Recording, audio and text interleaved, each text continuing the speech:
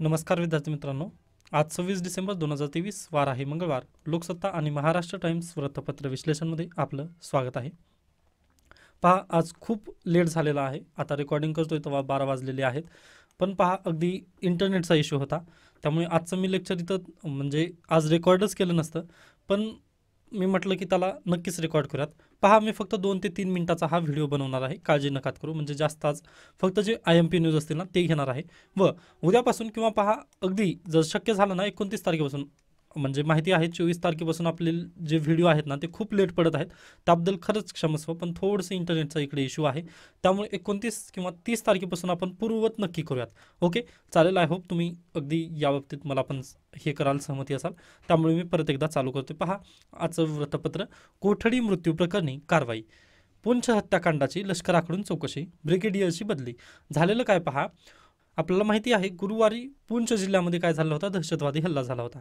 त्यानंतर पहा, तिथे जे आहेत म्हणजे तिथे हत्याकांडाची जी चौकशी असते ती चौकशी करण्यासाठी 3 जणांना अगदी लष्करांनी काय केले, म्हणजे कोठडीमध्ये वगैरे त्यांना ठेवलं. पण कोठडीमध्ये त्या 3 जणांचा मृतदेह बाहेर आला किंवा तशा पद्धतीची चित्रफित व्हायरल झाली. ओके, मग ते झाल्यानंतर अगदीच जे जम्मू काश्मीरमध्ये वगैरे जनता वगैरे म्हणजे अगदी व्हिडिओ व्हायरल झाल्यानंतर तिथून काय झाला, वाद वगैरे तिथून फुटलेलं आहे किंवा वादाला तिथून म्हणजे एक चालना वगैरे मिळालेली आहे. मग त्यासाठी पहा, महबूबा मुफ्ती जे आहेत ना त्यांना नजरकैदेत ठेवलेले आहेत. आता नजरकैदेची न्यूज काय आहे, किंवा सॉरी, नजरकैदेत ठेवणे यालाच काय म्हणतात, डिटेन्शन म्हणतात. व डिटेन्शन आपल्या भारतीय संविधानामध्ये कितवं कलम आहे, डिटेन्शनसाठीचं कलम कितवं आहे, आर्टिकल 22. ओके, हे एक बाब तुम्ही लक्षात ठेवा. त्यानंतर पहा, इंटरनेट सेवा बंदच. ओके, याच्यापूर्वी पण बंद होती व आता पण त्या इंटरनेट सेवेला बंदच ठेवण्याचा प्रयत्न इथं चालू आहे. व पहा, जम्मू काश्मीरमध्ये आये दिन काय असतं, इंटरनेट सेवा बंदच असते. त्याबद्दल तिथं आपण हे म्हणू शकत नाही. आता अगदीच सुप्रीम कोर्टाने पण हाच इश्यू उचलला होता की तुम्ही जर डेमोक्रेटिक नेशन असाल तर अशा पद्धतीने तुम्ही एखाद्या डेमोक्रेसीला वगैरे तिथं ठेवू शकत नाही, कारण fundamental right. Okay, fundamental right internet use करण्यासाठी कोणता आहे, आर्टिकल 21. याच्यापूर्वीच्या पण लेक्चरला मी ते सांगितलेलं आहे. आय होप तुम्ही ते नक्कीच आत्मसात केलेलं असाल. त्यानंतर पुढची न्यूज पहा, देशातील सर्व काळे वाघ एकाच व्याघ्र प्रकल्पात. ओडिसातील सिमलीपाल येथे आढळले तब्बल 10 मेलिनिस्टिक वाघ. आता ही न्यूज खूप महत्त्वाची आहे. पहा, UPSC अशाच पद्धतीने बिहेवियरवरती प्रश्न विचारत आहे. Okay, behaviour. आता हे कोणाचं बिहेवियर आहे, तर टायगरचं बिहेवियर आहे. त्यामुळे प्लीज लक्षात ठेवा, कुठे आढळतात, सिमलीपाल नॅशनल पार्क किंवा टायगर रिझर्व ओडिसामध्ये आहे. तर इथे सगळे जे आहेत ना ते काळे वाघ इथं आढळत असतात, हे तुम्ही प्लीज लक्षात ठेवा. त्यानंतर यांच्यावरती रिसर्च झालेली आहे बेंगळुरूमधील Bengaluru national centre for biological sciences यामध्ये रिसर्च झाली व त्यांना पण तेच आढळून आलं की जे वाघाची पट्ट्या असतात ना ते रुंद होत जातात. त्यामुळे हे काय होतात, मेलनिस्टिक तशा पद्धतीने वाघ जे आहेत ते काळे आपल्याला दिसत असतात, असं त्यांचे रिसर्च सांगते. ओके, आय होप ही पण न्यूज तुम्हाला समजली असेल. सिमलीपाल नॅशनल पार्क ओडिसा येथे आहे, हे प्लीज तुम्ही लक्षात ठेवायचं आहे. ओके, त्यानंतर पुढची बातमी पहा, मतदान केंद्रावरील गोंधळाला लगाम. लोकसभा निवडणुकीत राज्यातील 50,000 मतदान केंद्रावर चित्रीकरण करण्यात येणार आहे. ओके, म्हणजेच आता अशा पद्धतीने, म्हणजे ही जी फोटो आहे ना अगदी तशा पद्धतीने व्हिडिओ CCTV कॅमेरा वगैरे तिथे लावले जाणार आहेत. त्यामुळे पहा, प्रत्येकाचं चित्रीकरण वगैरे तिथे केलं जाईल. त्यामुळे अगदीच जे काय म्हणतो मतदान केंद्र वगैरे काबीज करणाऱ्या वगैरे घटना आहेत ना त्याला आळा इथं बसेल असं म्हणणं आहे सरकारचं. ती चांगली गोष्ट आहे. पाहूयात. त्यानंतर कोयासन विद्यापीठाची मानद डॉक्टरेट फडणवीस यांना आज प्रदान करण्यात येणार आहे. म्हणजे कोणत्या विद्यापीठामार्फत देण्यात येणार आहे, कोयासन विद्यापीठ. कुठं आहे हे कोयासन विद्यापीठ, कुठं आहे, अगदीच जपानमध्ये आहे. तिथली ही पदवी आहे. ओके, मानद पदवी आहे. ही कोणाला पहिल्यांदा देण्यात येणार आहे, फडणवीस यांना देण्यात येणार आहे.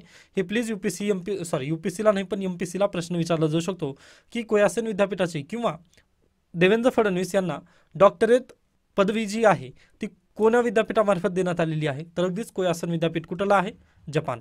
ओके, तर प्लीज ह्या 2 गोष्टी लक्षात ठेवायच्या आहे. त्यानंतर आपण पुढे जाऊयात. पहा, सगळ्या राजकीय बातम्या आहेत.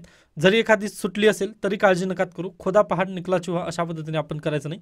त्यामुळे स्किप करून पुढे जाऊयात आपण. त्यानंतर आर्कटिकवर आजवरचा सर्वात उष्ण उन्हाळा, म्हणजेच कोणता, 2023 हा उष्ण उन्हाळा आहे. व हे कशामुळे झालेला आहे, क्लायमेट चेंज.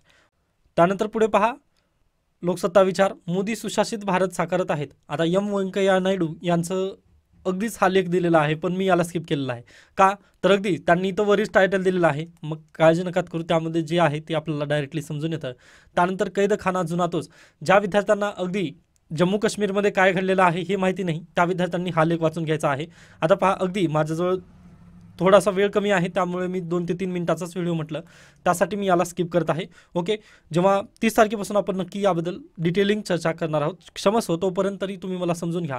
आणि आता पहा, मी व्हिडिओ थांबवलं असतं, पण ते अगदी म्हणजे तशा पद्धतीने मला पण मन वगैरे ग्वाही दिलं नाही, त्यामुळे मी स्किप केलं, सॉरी, म्हणजे त्यामुळे मी हा व्हिडिओ रेकॉर्ड करतोय.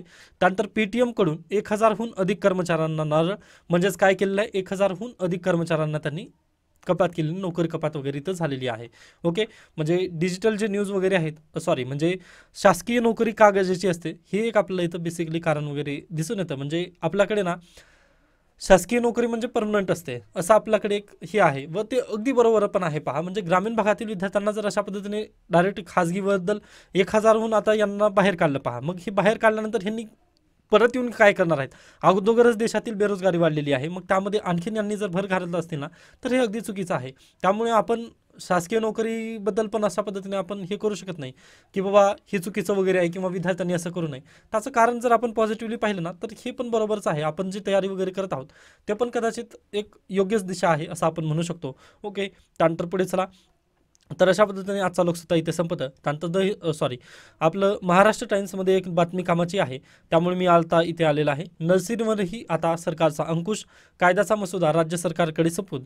आता मसुद्यातील तरतुदी काय आहेत पहा, तर नर्सरी किंवा बालवाडी सुरू करण्यासाठी राज्य सरकारची परवानगी बंधनकारक आहे. याच्यापूर्वी पहा, गल्लीबोळात पण आपल्याला काय सापडायच्या, तर अगदीच नर्सरी वगैरे स्कूल सापडायच्या, पण त्याला आता काय की राज्य सरकार वगैरे त्यांची परवानगी वगैरे घेणं बंधनकारक केलेलं आहे. त्यानंतर सरकारने तयार केलेले अभ्यासक्रम नर्सरी आणि बालवाडीत शिकवण्याचे बंधन त्यांना देण्यात आलेलं आहे. तसेच वर्गांच्या वेळेतही नियमावली, पालकांनी पाल्याला बालवाडीत किंवा नर्सरीमध्ये किती वेळ ठेवावे याबद्दल कायद्यात स्पष्टता करण्यात आली आहे. तसेच बालवाडीमध्ये येणाऱ्या मुलांना काही विशिष्ट सेवा देणे बंधनकारक असेल, व हे अगदी गरजेचं आहे. पहा, कारण अनियंत्रित जर अशा पद्धतीने म्हणजे रेग्युलेट न करता जर शाळा वगैरे उघडल्या जात असतील तर ते अगदी चुकीचं आहे. ओके, त्यासाठी सरकारचा जो कायदा वगैरे आता सध्याला पहा, हे मसुदा टाईप आहे, त्यामुळे मी याला बिल वगैरे दिलं नाही आहे नाव. ओके, फक्त हे मसुदा आहे. मग हे विधानसभेत आलं, त्यानंतर कायद्याचं जर रूपांतर झालं तर ते बेटर असेल. त्यानंतर अगदी महत्त्वाची न्यूज पहा, तिसरी स्टेल्थ विनाशिका आज ताफ्यात आलेली आहे, सॉरी, आज ताफ्यात अशी आहे इम्फाळ. ओके, आता याबद्दलची न्यूज आपण पाहिली होती. पहा, याच्यापूर्वी आय थिंक परवा दिवशीच्या न्यूजपेपरमध्ये ही आली होती न्यूज. ओके, इम्फाळबद्दल. मग आता पहा, श्रेणी काय आहे याची, गायडेड क्षेपणास्त्र सज्ज विशाखापट्टणम श्रेणीतील तिसरी विनाशिका आहे. वजन किती आहे, 7400 टन आहे. लांबी 163 मीटर. जाडी किती आहे, 17.4 मीटर. खोली आहे 6.5 मीटर. तर कमाल वेग ताशी 62 किलोमीटर हा वेग असेल. त्यानंतर प्रवासी क्षमता पहा, ताशी 33 किलोमीटर वेगाने 15,000 किमीपर्यंत विनाथांबा 45 दिवस समुद्रातही राहू शकते. त्यानंतर कर्मचारी संख्या 250 नौसैनिक व 50 अधिकारी इथं असणार आहेत. त्यानंतर उभारणी खर्च 8,950 कोटी रुपये आणि उभारणी कुठं झालेली आहे, Mazagon dock shipyard builders limited इथे काय झालेलं आहे, इम्फाळची अगदीच काय म्हणतो आपण उभारणी झालेली आहे. आता पहा, इम्फाळ म्हणून जर परीक्षेला आलं असेल किंवा इम्फाळ हे काय आहे असं जर आलं ना, तर आपल्याला अगदीच आपण काय तिथं हे होऊन जातो की बा ही त्यात राज्याची राजधानी वगैरे आहे का असं आपल्याला ते वाटतं, पण ते नाही आहे तसं. तर हे काय आहे, आपली विनाशिका आहे. ओके, व हे इम्फाळचे आज कमिशनिंग होणार आहे. ओके, त्यानंतर पहा, उभा मारा करणारे 16 ब्रह्मोस्त्र याच्यावरती आहेत. ही युद्धनौका उभ्या प्रकारे समुद्री पृष्ठभागावर मारा करू शकणाऱ्या ब्रह्मोस्त्र क्षेपणास्त्रांनी सज्ज करण्यात आलेली आहे. ही क्षेपणास्त्रे आवाजापेक्षाही अधिक वेगाने 500 किलोमीटरपर्यंतचे लक्ष्य टिपू शकतात. माझगाव डॉकने ऑक्टोबरमध्ये ही युद्धनौका नौदलाकडे सोपवल्यानंतर मागील महिन्यातच या क्षेपणास्त्री यशस्वी चाचणी देखील घेण्यात आलेली आहे. ओके, म्हणजे नौदलांनी याच्यावरती काही क्षेपणास्त्र वगैरे बसवलेले आहेत. ओके, तर हे अशा पद्धतीने आहे. तर आपण आता इथे थांबूयात. आता पहा, हे खूप महत्त्वाचं आहे. सरळ सेवा किंवा MPSCला वगैरे अशा पद्धतीचे प्रश्न येतात की त्याची लांबी उंची वगैरे किती किती आहे. तर हे प्लीज याची स्क्रीनशॉट वगैरे तुम्ही काढून ठेवा किंवा याचं एक म्हणजे व्हिडिओला थांबून तुमच्या डायरीमध्ये वगैरे ते लिहून ठेवा प्लीज. ओके, तर आपण आता इथे थांबूयात. बाकी 30 तारखेपासून आपण रेग्युलर भेटणार आहोत. म्हणजे आता पण रेग्युलरच असतील व्हिडिओ, फक्त थोडंसं टाईममध्ये वगैरे म्हणजे टायमिंगबद्दल मी तुम्हाला सांगू शकत नाही, हीच थोडीशी एक बाब आहे. ओके, आय होप तुम्ही अगदी मला समजून घ्याल. तर अशा पद्धतीने आपण इथे थांबूयात. काही शंका काही सजेशन असतील तर नक्की मला सांगू शकता. धन्यवाद.